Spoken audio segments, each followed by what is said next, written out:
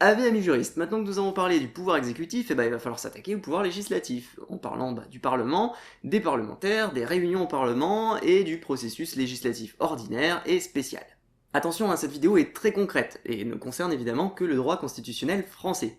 Donc, désolé par avance à nos amis étrangers qui regardent mes vidéos. Alors je pense qu'il est utile et voire même important de commencer par évoquer quelques généralités au sujet du pouvoir législatif. Déjà, il faut voir que ça concerne les articles 24 à 33 de la Constitution, et c'est au titre 4 de la Constitution. Mais après, si vous voulez réellement faire un tour d'horizon plus complet sur ce qu'est le pouvoir législatif en France, il faut aussi englober l'article 34 de la Constitution, parce que c'est l'article qui encadre en fait le champ d'application du pouvoir législatif. Un article hyper important dont on parlera jamais assez. Mais pour commencer, à quoi sert le Parlement? Eh bien, d'après l'article 24 de la Constitution, il est là pour voter les lois, pour contrôler l'action du gouvernement et pour évaluer les politiques publiques. Il comprend deux formations différentes que sont l'Assemblée nationale et le Sénat. L'Assemblée nationale, dans l'Assemblée nationale, il y a des députés qui sont 577 et qui représentent directement les citoyens. Ils sont élus au suffrage universel direct. Et puis au Sénat, ils sont 348 sénateurs, ils sont élus au suffrage universel indirect et ils sont pas là pour représenter les citoyens mais pour représenter les collectivités territoriales. Les députés, eux, se réunissent à l'Assemblée nationale à Paris, et les sénateurs se réunissent au Palais du Luxembourg, mais toujours à Paris, bien sûr, pas au Luxembourg. Et tous ces braves gens se réunissent dans une salle qu'on appelle l'hémicycle, parce qu'elle est en forme de demi-cercle, une tradition républicaine qui symbolise théoriquement une certaine forme d'égalité entre les différents représentants des différents partis.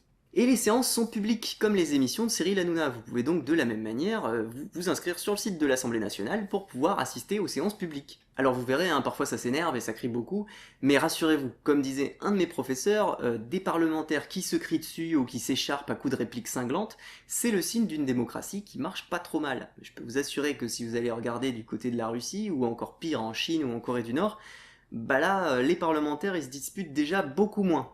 Bref, passons maintenant à la question des incompatibilités et immunités parlementaires des outils juridiques servant à protéger théoriquement l'indépendance des parlementaires. Avec les incompatibilités tout d'abord. Alors évidemment, le mandat de parlementaire est incompatible avec l'exercice d'un autre mandat parlementaire, avec des fonctions gouvernementales, ça c'est pour respecter le principe de séparation des pouvoirs.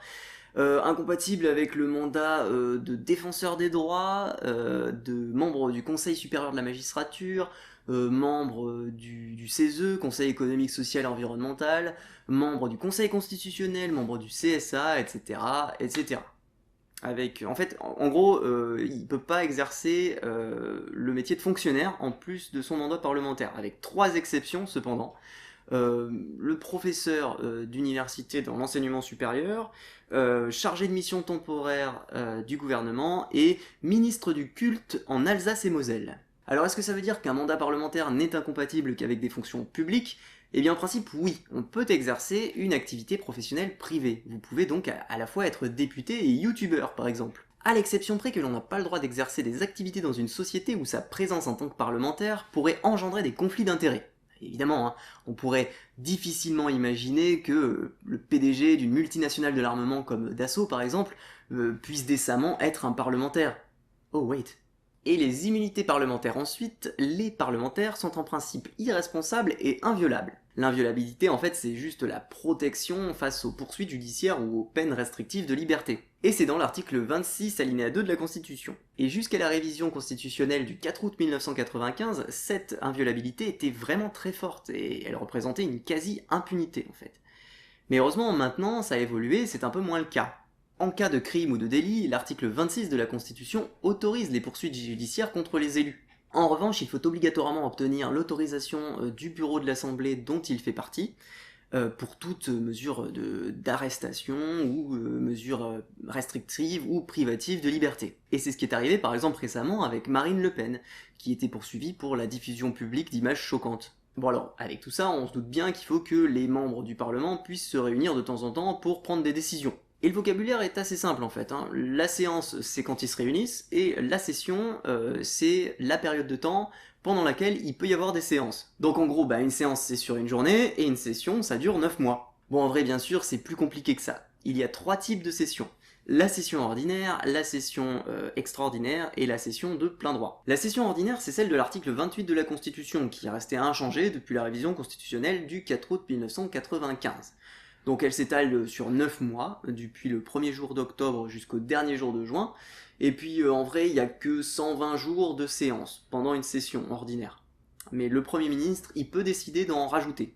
Au cours de la session ordinaire, il peut décider de rajouter des séances. En revanche, c'est déjà plus compliqué de réunir ces messieurs et mesdames du Parlement lorsqu'ils sont peinards en vacances, c'est-à-dire en dehors de la période normale de 9 mois. Dans ce cas, il faut que le président de la République convoque par décret une session extraordinaire à la demande du Premier ministre ou de la majorité des parlementaires de l'Assemblée nationale. Et dans cette session extraordinaire, pendant cette session extraordinaire, donc le Parlement il se réunit sur un ordre du jour déterminé. Et dès que la question est réglée, hop, c'est fini, le président de la République signe un décret de clôture et les députés ils peuvent tous se retourner se dorer la pilule au soleil aux frais du contribuable. Et la session de plein droit, enfin, c'est dans certaines circonstances particulières et si elles se produisent bien entendu hors session ordinaire. Donc par exemple, ça peut être après des élections législatives suivant la dissolution de l'Assemblée nationale, ça peut être aussi pour écouter le message du président de la République au Parlement, d'après l'article 18 de la Constitution, et ça peut aussi être à l'occasion de l'activation de l'article 16 sur les pouvoirs exceptionnels du président. Vous savez si l'intégrité de notre territoire est menacée de manière grave et immédiate. Et c'est normal, hein, parce que comme ça, ils pourront discuter entre eux en urgence de qui pourra leur servir de chair à canon, pendant qu'eux s'enfuiront à Londres. Et maintenant que nous avons parlé des sessions ordinaires, extraordinaires et de plein droit, parlons, si vous le voulez bien, des séances en elles-mêmes. C'est l'article 48 de la Constitution qui règle l'organisation des séances et de l'ordre du jour, la fixation de l'ordre du jour. Alors jusqu'à la révision constitutionnelle du 23 juillet 2008, le gouvernement avait un pouvoir assez énorme pour fixer l'ordre du jour. Et du coup, ça constituait une grosse ingérence du pouvoir exécutif dans le pouvoir législatif. Comme vous le savez, De Gaulle était plutôt autoritaire. Il avait en horreur les régimes parlementaires de la 3e et de la 4e République, et avec la Constitution de 1958, il avait essayé de brider au maximum le pouvoir législatif. Mais heureusement, depuis la révision constitutionnelle du 23 juillet 2008, l'ordre du jour est généralement fixé par les assemblées. Cependant, il y a plusieurs limitations. 2 semaines de séance sur 4 sont réservées par priorité aux textes et débats demandés par le gouvernement. 1 semaine de séance sur 4 est réservée par priorité au contrôle de l'action du gouvernement et à l'évaluation des politiques publiques. 1 jour de séance par mois est réservé à un ordre du jour à l'initiative des groupes d'opposition et groupes minoritaires à l'Assemblée. Et 1 séance par semaine est réservée par priorité aux questions des membres du Parlement au gouvernement. Et enfin, concernant l'organisation de ces séances, elle est réglée par le règlement des assemblées. Il y a donc des séances plénières le mardi, le mercredi et le jeudi. Et oui, une semaine de travail dure 3 jours pour un parlementaire. Je vous rassure quand même, à la base, c'est pour leur permettre aussi de cumuler avec leur mandat local, et pour leur laisser le temps de préparer des rapports de commissions parlementaires ou leurs questions au gouvernement. Mais ces horaires sont flexibles et en cas de situation d'urgence ou de délai très court pour se prononcer, comme par exemple dans le cas de l'adoption d'une loi de finances, eh bien les parlementaires peuvent parfois travailler tous les jours, et depuis tôt le matin jusque très tard dans la nuit. Oui, je vous jure, ça arrive. Et en fait, l'hémicycle d'ailleurs, elle n'a pas vraiment d'heure de fermeture dans l'absolu. Bon, rentrons maintenant dans le cœur du travail des parlementaires en abordant la procédure législative ordinaire. Contrairement à ce qu'on pense, les parlementaires ne font pas que appuyer sur des boutons pour voter des lois. En fait, ils ont surtout du travail en amont, en dehors de l'hémicycle, pour préparer, peaufiner ces lois. Et oui, je vous assure, il y en a qui bossent pour de vrai. Vous pouvez d'ailleurs vous-même vérifier quels sont les députés qui travaillent, le nombre de rapports qu'ils rendent, de questions qu'ils posent, etc. grâce au site internet nosdéputés.fr que je vous mets dans la description ci-dessous. Vous pourrez ainsi aller vérifier si votre député préféré se mouille le maillot pour ses concitoyens en préparant des rapports, des questions au gouvernement, etc. ou s'ils sont payés à rien faire. Donc la procédure législative ordinaire se décompose principalement en 2 volets. L'initiative de la loi et la discussion de la loi. Alors l'initiative de la loi appartient concurremment au Premier ministre et aux membres du Parlement, selon l'article 39 de la Constitution. Quand la loi est d'initiative gouvernementale, on parle de projet de loi, et quand elle est d'initiative parlementaire, on parle de proposition de loi. Les projets de loi sont préparés par l'administration, c'est-à-dire par les différents ministères sous l'autorité du Premier ministre. Ensuite, ils sont transmis au Conseil d'État, qui aura un avis sur l'opportunité du projet, la qualité du projet et la régularité juridique du projet. Ensuite, ce projet revient vers le gouvernement et il est adopté en Conseil des ministres. et ensuite il est déposé au bureau d'une des deux assemblées au choix. Bon alors parfois il n'y a pas le choix, parce que il y a des attributions spécifiques, par exemple les lois de finances et les lois sur la sécurité sociale sont obligatoirement déposées au bureau de l'Assemblée nationale en premier. Et de même, toutes les lois qui concernent les collectivités territoriales sont automatiquement déposées au bureau du Sénat. Et puis accessoirement, petit détail en passant, depuis la loi du 15 avril 2009, les projets de loi doivent être obligatoirement accompagnés d'une étude d'impact. Venons-en maintenant aux propositions de loi. Les propositions de loi, elles sont préparées par les députés ou les sénateurs, seuls ou collectivement, et elles sont ensuite déposées au bureau de leur assemblée. Une proposition de loi peut porter sur à peu près n'importe quel thème, toujours en restant bien entendu dans le cadre du champ d'application de la loi, de l'article 34 de la Constitution. Mais cette proposition de loi ne peut jamais avoir pour effet une diminution des ressources publiques ou une aggravation des charges publiques. Ce qu'il est amusant de noter, c'est qu'il y a 4 fois plus de propositions de loi que de projets de loi, mais que seuls 20% des propositions de loi sont adoptées au final. Donc au final, les projets de loi gardent plus de poids que les propositions de loi. Mais bon, ça on en a déjà parlé, c'est dans la tradition française de la 5ème République voulue par De Gaulle d'avantager le pouvoir exécutif au détriment des représentants du peuple. Bon, maintenant qu'on a parlé de l'initiative de la loi, avec les projets de loi et les propositions de loi, on va parler de la discussion de la loi. Et donc là, ça concernera bien sûr la partie sur l'examen en commission et la navette parlementaire, c'est l'étape d'après en fait. La première étape de discussion, c'est l'examen en commission. Une commission parlementaire examine le texte et l'amende, c'est-à-dire qu'il le corrige. Puis un rapporteur est nommé et c'est lui qui va présenter le texte en séance publique. La première lecture du texte doit se tenir après l'expiration d'un délai d'au moins 6 semaines après son dépôt, et la deuxième lecture doit se tenir après l'expiration d'un délai d'au moins 4 semaines après sa transmission. Bon, il y a des exceptions bien sûr, pour les projets de loi de finances ou de la sécurité sociale, ou les projets de révision constitutionnelle, là c'est le gouvernement qui présente sa version à lui, et les délais ils sont raccourcis. Mais ça on en parlera dans la procédure législative spéciale. Et puis il y a aussi les procédures accélérées de l'article 45 alinéa 2 de la Constitution, où le gouvernement peut décider d'accélérer la procédure législative s'il l'estime nécessaire. Bon, sinon pour ce qui est de la discussion proprement dite, d'abord les parlementaires peuvent décider de soulever une motion de procédure. Il y a 3 motifs possibles à cette motion de procédure. D'abord l'exception d'irrecevabilité, s'ils estiment que le texte n'est pas conforme à la Constitution, il y a la question préalable, s'ils estiment que le texte n'est pas opportun, et puis il y a la possibilité aussi de le renvoyer, renvoyer en commission. Et si aucune motion de procédure n'aboutit, le texte est ensuite discuté article par article. Les parlementaires peuvent alors apporter des amendements à chaque article s'ils l'estiment nécessaire.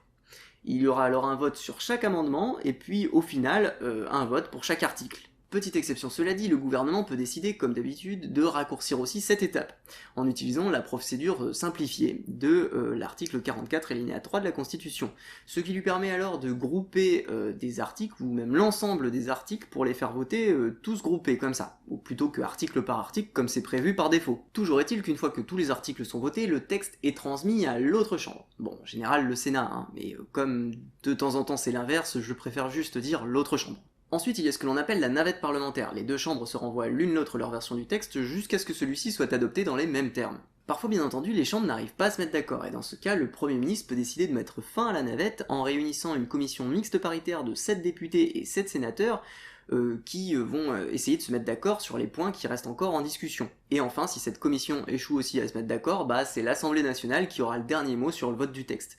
C'est pour ça qu'on dit parfois qu'on est en bicamérisme inégalitaire, parce que l'une des deux chambres a plus de pouvoir que l'autre au final. Et puis enfin, une fois définitivement adoptée par les deux chambres, la loi est promulguée par le président de la République. Celui-ci est obligé de promulguer dans les 15 jours suivant l'adoption, sauf s'il décide d'utiliser son pouvoir pour demander une nouvelle délibération de la loi, et sauf s'il y a saisine du Conseil constitutionnel pour faire un contrôle de constitutionnalité de la loi avant promulgation. Et voilà, c'est comme ça qu'une nouvelle loi est adoptée en général. Mais il y a aussi des procédures législatives spéciales. Ces procédures spéciales concernent des lois qui sortent un peu de l'ordinaire, en raison de leur nature qui exige un traitement particulier. Il s'agit donc des lois organiques, des lois de finances et des lois sur le financement de la sécurité sociale. D'abord, les lois organiques, vous savez, ce sont les lois qui sont un peu plus importantes que les lois ordinaires dans la hiérarchie des normes, parce qu'elles encadrent et organisent les pouvoirs publics. En gros, elles appliquent les dispositions constitutionnelles, si vous voulez. D'abord, les lois organiques, vous savez, ce sont les lois qui sont un peu plus importantes que les lois ordinaires dans la hiérarchie des normes, parce que elles encadrent et organisent les pouvoirs publics. En gros, elles précisent l'application des dispositions constitutionnelles, si vous voulez. Du coup, il ressort de l'article 46 de la Constitution qu'il y a 4 différences par rapport à la procédure législative ordinaire quand il s'agit d'une loi organique. Première différence, en cas de procédure accélérée de l'article 45 alinéa 2, il faut quand même respecter un délai de 15 jours entre le dépôt à l'Assemblée et sa discussion en séance publique. Deuxième différence, en cas d'échec de la commission mixte paritaire, la loi organique ne peut être adoptée en dernière lecture par l'Assemblée nationale qu'à la majorité absolue de ses membres, et pas seulement à la majorité des suffrages exprimés comme c'est le cas d'habitude. Troisième différence, les lois organiques qui portent sur l'organisation du Sénat ou sur l'organisation du vote municipal des citoyens de l'Union résidant en France doivent être votées dans les mêmes termes par les deux assemblées. Donc en clair, ces types de lois organiques échappent au principe de bicamérisme inégalitaire français. Et puis quatrième différence, et pas des moindres, toutes les lois organiques doivent obligatoirement passer par un contrôle constitutionnalité devant le Conseil constitutionnel avant de pouvoir être promulguées. Pour les lois de finances ensuite, bon je vais pas m'étaler car ce sont des points de détail, hein, mais bon en gros ça peut être que des projets de loi, c'est-à-dire seulement l'initiative du gouvernement. Elles peuvent être déposées seulement au bureau de l'Assemblée nationale, en première discussion, et en général, voilà, les deux assemblées doivent respecter des délais très très courts pour les voter, genre en tout, c'est 70 jours max, parce que sinon, boum, c'est le gouvernement qui peut voter le budget tout seul, par ordonnance. Et enfin, pour les lois sur le financement de la sécurité sociale, bon en vrai c'est un peu comme pour les lois de finances, hein. C'est-à-dire que c'est toujours de l'initiative du gouvernement, c'est toujours des projets, c'est déposé en premier à l'Assemblée nationale, et il faut que les assemblées respectent des délais ric-rac pour voter en tout et pour tout 50 jours, sinon bim, le gouvernement peut faire passer en force son projet par ordonnance. Et voilà les enfants, c'était une vidéo un peu longue, mais bon je pense que c'était quand même une partie importante dans notre droit constitutionnel français. Au moins maintenant vous êtes au clair sur comment fonctionne notre pouvoir législatif. Et les limites, bien entendu, de ce pouvoir législatif, surtout en France. Et voilà, nous nous retrouverons dans la prochaine vidéo sur le contrôle de constitutionnalité. À bientôt, la séance est levée.